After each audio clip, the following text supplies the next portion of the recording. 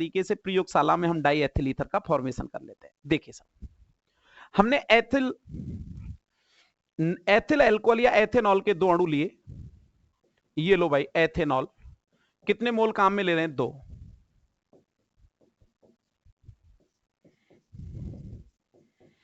Ethanol के 2 अणु किसकी उपस्थिति में? सांद्र H2SO4 की उपस्थिति में 413 केल्विन टेम्परेचर, 413 केल्विन ताप पर गर्म किया जाएगा। तो निर्जलीकरण होगा, एक का H निकलेगा, दूसरे का OH निकाल देंगे। हमने सूक्ष्म में डायरेक्ट रिएक्शन को लिख दिया और H2O का लॉस होगा। और जैसे ही H2O बाहर निकलेगा, CH3CH2O, O पर CH2CH3, और आपका देखो उत्पाद क्या बना? CH3CH2O, O पर CH2CH3, और निर्माण हो गया डाई एथिल ईथर। तो दोस्तों याद रखना है, प्रयोगशाला में डाई एथिल ईथर बनाने के लिए जब आप एथेनॉल के 2 अणुओं को सांद्र H2SO4 के साथ 413 केल्विन ताप पर गर्म किया जाएगा। याद रखना, एथेनॉल की कंसंट्रेट H2SO4 के साथ होने वाली अभिक्रिया टेम्परेचर पर डिपेंड करती है। अलग अलग टेम्परेचर पर अलग अलग उत्पाद बना करता है। जब हम अगर इसी एथेनॉल को सांद्र H2SO4 की उपस्थिति में 443 पर गर्म कर देते 443 पर, तो याद करो अल्कोहल का एक रासायनिक गुण निर्जलीकरण, अल्फा कार्बन से OH और बीटा कार्बन से H, और निर्जलीकरण के द्वारा अल्कोहल किस में कन्वर्ट हो जाया करता था? एल्कीन में, जिसकी आपने क्रियाविधि को भी पढ़ा है लास्ट क्लासों में। जबकि यही एथेनॉल जब सांद्र H2SO4 के साथ गर्म किया जाए कितने पर? 413 पर, तो एथेनॉल के कितने अणु काम में आएंगे? 2, और जल का अणु एक त्याग कर क्या बना लेंगे? Die ethyl ether. इस रिएक्शन को अलग अलग स्टेप में भी कर दिया जाता है। कई बार राइटर इसको अलग अलग लिख देते हैं, कई बार हम क्या करते हैं, इसको 2 स्टेप में इस रिएक्शन को कर सकते हैं। फर्स्ट स्टेप में पहले एथेनॉल जो होता है वो H2SO4 से क्रिया करके एथिल हाइड्रोजन सल्फेट बनाता है, जो दोबारा फिर एथेनॉल के अणु से क्रिया करेगा और वापस H2SO4 बाहर निकल जाएगा और हमें क्या मिल जाएगा? डाई एथिल ईथर मिल जाता है। इस तरीके से प्रयोगशाला में हम एथेनॉल से डाई एथिल ईथर का निर्माण कर लेते हैं। अब इसमें विधि कैसे, हम कौन सी प्रयोग में करते हैं, किस तरीके का प्रोसेस होता है लेबोरेटरीज में इस ईथर को बनाने का, इस मेथड के अंदर, वो हम देखने वाले हैं। देखो सबसे पहले उस विधि को समझते हैं, उसके बाद उस विधि को देखेंगे किस तरीके से। हमारे पास क्या एक राउंड बोतल फ्लास्क होता है, उस राउंड बोतल फ्लास्क को बालू ऊष्मक पर रख देते हैं, जिसमें नीचे बर्नर लगा होता है। बर्नर को जला के टेम्परेचर दिया जाएगा कितना? 413 केल्विन। उस राउंड बोतल फ्लास्क के अंदर एथेनॉल 2 मोल और H2SO4 का मिश्रण होगा। जब उसको 413 केल्विन टेम्परेचर मिलेगा तो एथेनॉल H2SO4 के साथ जब रिएक्ट करेगा तो हमें डाई एथिल ईथर की वाष्प प्राप्त होगी, जिसे जल संघनित्र के माध्यम से हम दूसरे पात्र ग्राही में एकत्रित कर लेंगे और इस तरीके से लेबोरेटरीज में प्रयोगशाला विधि के द्वारा एथेनॉल का निर्माण हो जाएगा। कैसे होता है देखते हैं एक बार। देखो आपके सामने प्रयोगशाला विधि का एक चित्र आपके सामने है स्क्रीन पर। इस चित्र को अगर आप ध्यान से देखें तो इसमें क्या एक राउंड बोतल फ्लास्क आपको दिया गया है। ये राउंड बोतल एक फ्लास्क हम देख रहे हैं, ये राउंड बोतल फ्लास्क है, ये गोल पेंदे का एक फ्लास्क हमारा है। इस फ्लास्क के अंदर आपने देखा क्या दिया हुआ है? एथेनॉल के 2 मोल और H2SO4 का 1 मोल।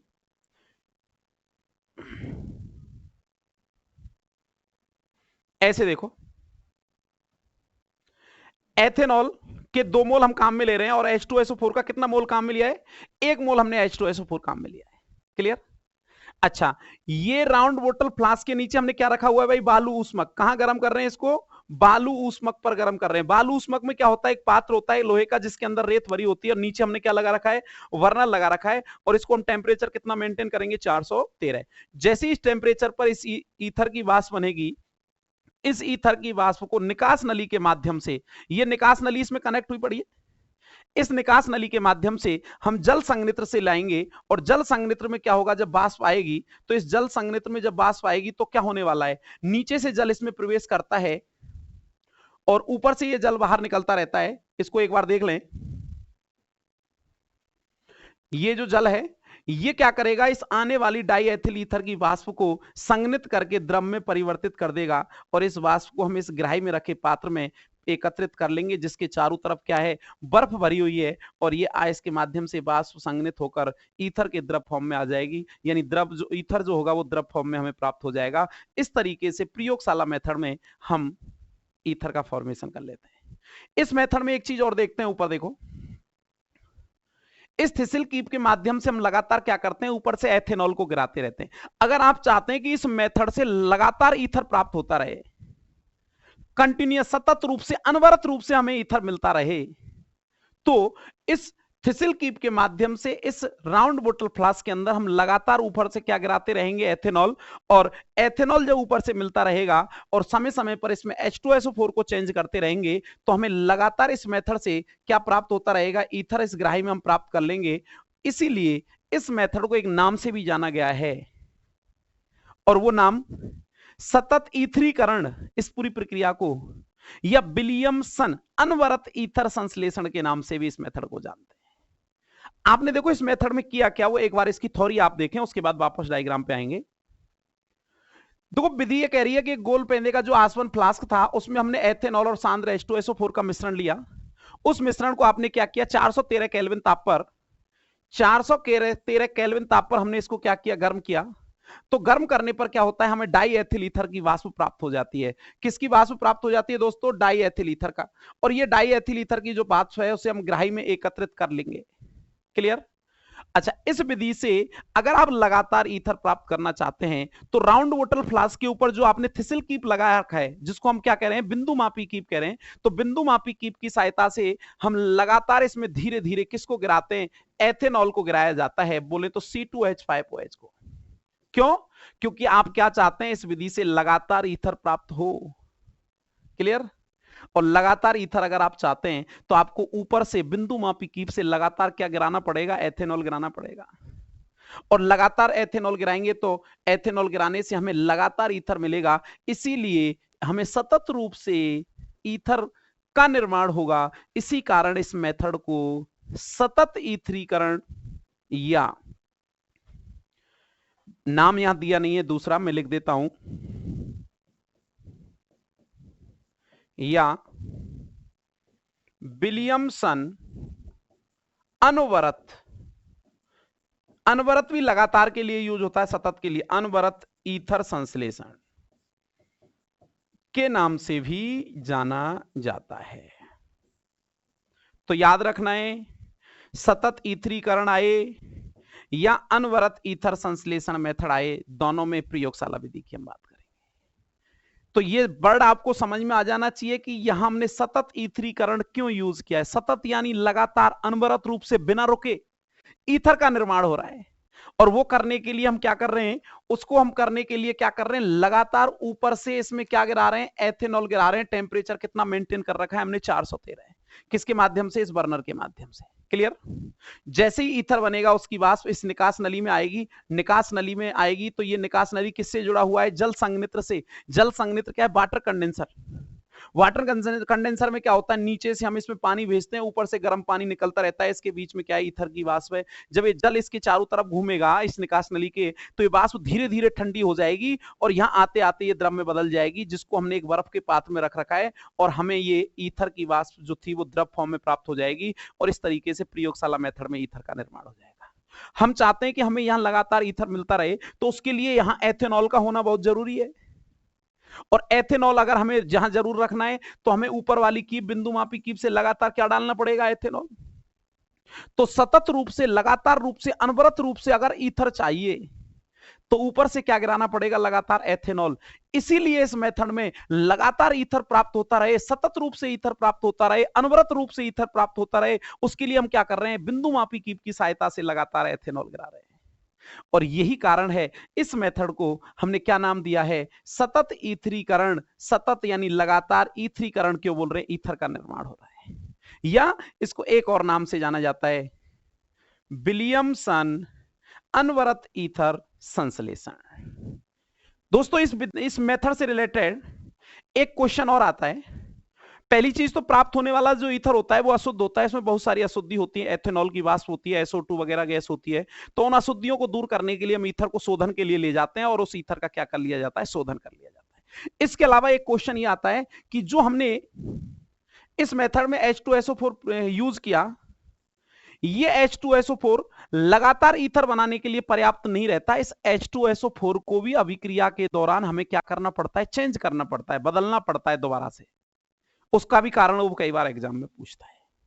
तो दो बातें, प्राप्त होने वाला ईथर कैसा है, वही अशुद्ध है। क्या करेंगे, शोधन करेंगे। शोधन के लिए ले जाएंगे, शोधन करने के लिए हम निर्जल कैल्शियम क्लोराइड का उपयोग करेंगे, NaOH का यूज करेंगे। बहुत सारी जो अशुद्धियां होंगी, एथेनॉल की वाष्प होगी, SO2 गैस की अशुद्धि होगी, सबको अलग कर लेंगे और ईथर हम डाई एथिल ईथर को शुद्ध अवस्था में प्राप्त कर लेंगे। देन इस अभिक्रिया के दौरान जो हम H2SO4 प्रयुक्त कर रहे हैं, वो H2SO4 पूरी प्रक्रिया के दौरान पर्याप्त नहीं होता, उसको भी अभिक्रिया के दौरान बीच बीच में चेंज करने की जरूरत होती है। क्यों? एग्जामिनर ये पूछता है क्यों बदलने की आवश्यकता पड़ती है, जबकि एथेनॉल से ईथर बनाने के लिए वो H2SO4 पर्याप्त मात्रा में है, लेकिन फिर भी उसको बार बार क्यों बदला जाता है, उसके भी दो कारण हैं जिनको हम डिटेल से देखेंगे। देखो, सबसे पहले तो शोधन। शोधन मैंने अभी बात की, शोधन क्यों कर रहे हैं? क्योंकि प्रयोगशाला मेथड में जो ईथर आपने बनाया, उस ईथर में बहुत सारी अशुद्धि है। बहुत सारी अशुद्धि बोले तो उसमें एथेनॉल की अशुद्धि है, उसमें जल की अशुद्धि है, उसमें SO2 गैस की अशुद्धि है। क्लियर? हम ये कह सकते हैं प्राप्त होने वाले ईथर के अंदर किस किस की अशुद्धि है, एथेनॉल की, जल की और SO2 की अशुद्धि उपलब्ध है। अब हम क्या करेंगे, इस अशुद्ध ईथर को एक पृथककारी कीप के अंदर भर लेंगे और पृथककारी कीप में लेकर NaOH विलयन के साथ उसको मिलाते हैं, क्षार NaOH के साथ। जब हम NaOH के साथ उसे मिलाएंगे उस पृथककारी कीप में, तो जो SO2 गैस की अशुद्धि होगी वो पृथक हो जाएगी। SO2 गैस की जो अशुद्धि होगी वो दूर हो जाती है। कब? जब इसको NaOH विलयन के साथ पृथककारी कीप में मिलाया जाता है। क्लियर? अब NaOH की अशुद्धि तो दूर हो चुकी। अब हमें क्या करना है, उस NaOH विलयन की निचली परत जो है, उस परत को हटा दिया जाएगा। अब इस ईथर को क्रम से जल तथा निर्जल कैल्शियम क्लोराइड विलयन में, किसके साथ? निर्जल कैल्शियम क्लोराइड विलयन के साथ में मिक्स किया जाता है, मिक्स करके उसको हलाया जाता है। और उसके बाद हम क्या करते हैं, जो एथेनॉल उसमें अशुद्धि के रूप में था वो उसमें से क्या हो जाता है, पृथक हो जाता है। फिर दोबारा से उस ईथर को कैल्शियम क्लोराइड के साथ संकलित करके लगभग 306 से 308 केल्विन ताप पर क्या करेंगे, गर्म करेंगे, या बोले प्रभाजी आसवन कराएंगे। और प्रभाजी आसवन कराने पर हमें शुद्ध ईथर प्राप्त हो जाएगा। ये क्या था दोस्तों, ये इस ईथर का शोधन था, जो ईथर हमें प्रयोगशाला विधि से प्राप्त होता है। याद रह जाएगा, ईथर का शोधन क्यों कर रहे हैं भाई? प्रयोगशाला विधि से जो ईथर मिला, उस ईथर में बहुत सारी अशुद्धियां हैं। अशुद्धियां बोले तो उसमें एथेनॉल की अशुद्धि है, उसमें जल की अशुद्धि है, उसमें SO2 गैस की अशुद्धि है।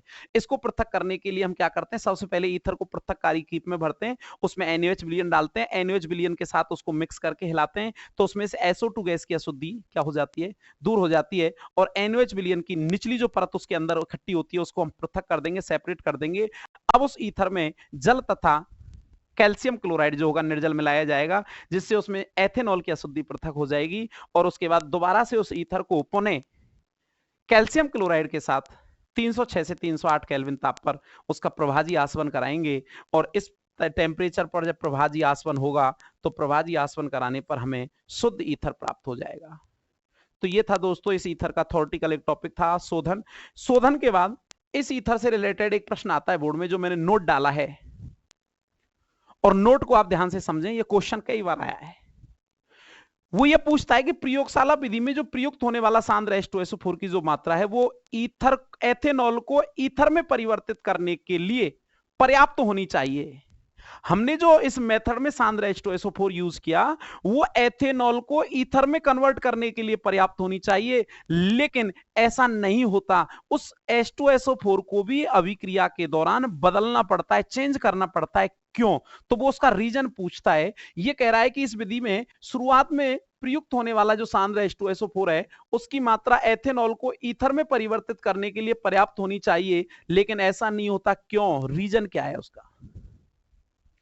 ऊपर जो नोट डला हुआ है ये क्वेश्चन के रूप में आ जाता है। अब आपको आंसर क्या देना होता है, ये 2 पॉइंट जो लिखे हुए हैं दोनों आंसर हैं आपके। देखो, पहली चीज तो आपने जब प्रयोगशाला विधि में देखा कि एथेनॉल सांद्र H2SO4 के साथ 413 केल्विन ताप पर जब इसका निर्जलीकरण होता है तो ईथर बनता है, यानी इस अभिक्रिया के दौरान जल भी बनता है ईथर के साथ साथ। और ये जो जल बनेगा, ये पानी जो बनेगा ना, ये क्या करेगा, उस अभिक्रिया में प्रयुक्त होने वाले इस सांद्र H2SO4 को पतला कर देगा, तनु कर देगा। तो पहला रीजन सांद्र H2SO4 की दोबारा आवश्यकता क्यों पड़ी, क्योंकि जो अभिक्रिया के दौरान बनने वाला जो जल था, ईथर बनता है तो जल का भी निष्कासन होता है, और ये बनने वाला जल इस सांद्र H2SO4 को कैसा कर देता है, डाइल्यूट कर देता है, तनु कर देता है। इसीलिए क्या होगा, बनने वाले वाटर की वजह से H2SO4 की कंसंट्रेशन क्या हो गई, कम हो गई, और जब इसकी सांद्रता कम हो गई तो इसकी क्रियाशीलता कम हो गई। इसीलिए हमने ईथरीकरण के दौरान क्या किया, दोबारा से H2SO4 को क्या किया, चेंज कर दिया। दूसरा रीजन, H2SO4 जो है उसका कुछ भाग एल्कोहल के ऑक्सीकरण में प्रयुक्त हो जाता है, और कुछ भाग जो होता है वो SO2 के रूप में कन्वर्ट हो जाता है। यानी कुल मिला के H2SO4 की कुछ मात्रा एल्कोहल के ऑक्सीडेशन के लिए गई और कुछ मात्रा SO2 गैस के रूप में कन्वर्ट हो गई। इसलिए H2SO4 की सांद्रता में कमी आ गई। सांद्र H2SO4 का कुछ भाग एल्कोहल के ऑक्सीकरण में और दूसरा SO2 के रूप में अपचयित हुआ। इसीलिए आप चाहते हो कि इस मेथड के द्वारा लगातार सतत रूप से, अनवरत रूप से आपको क्या मिलता रहे, ईथर मिलता रहे। तो आपको एथेनॉल के साथ साथ इस रिएक्शन में सांद्र H2SO4 को भी समय समय पर चेंज करना पड़ेगा। क्लियर? तो ये आपको याद रखना है। जो प्रयोगशाला मेथड है, प्रयोगशाला मेथड में आप जब ईथर बनाएंगे तो इसके दौरान आप ऊपर से लगातार एथेनॉल जो गिरा रहे हैं, तो एथेनॉल के साथ साथ आपको सांद्र H2SO4 को बदलना पड़ेगा। उसके दो मुख्य कारण आपके दिमाग में, जहन में, मन में हमेशा रहने चाहिए। पहला कारण, बनने वाला जल कंसंट्रेट H2SO4 को डाइल्यूट में कन्वर्ट कर रहा है, और दूसरा कारण H2SO4 की कुछ मात्रा एल्कोहल के ऑक्सीकरण में यूज हो गई और कुछ मात्रा SO2 के रूप में कन्वर्ट हो गई। दोनों ही स्थितियों में H2SO4 की सांद्रता में कमी हो रही है। इसलिए समय समय पर हम H2SO4 को चेंज करते रहते हैं, जिससे रिएक्शन लगातार सतत रूप से, अनवरत रूप से चलती रहे। इसीलिए इस अभिक्रिया का नाम E3, सतत ईथरीकरण या अनवरत ईथरीकरण के नाम से हम इसको जानते हैं। दोस्तों, नेक्स्ट जो मेथड है ईथर बनाने की प्रयोगशाला विधि के बाद, इंडस्ट्रियल मेथड जो है औद्योगिक विधि। औद्योगिक विधि में किस तरीके से ईथर का निर्माण होता है, थ्योरेटिकल मेथड है पूरा।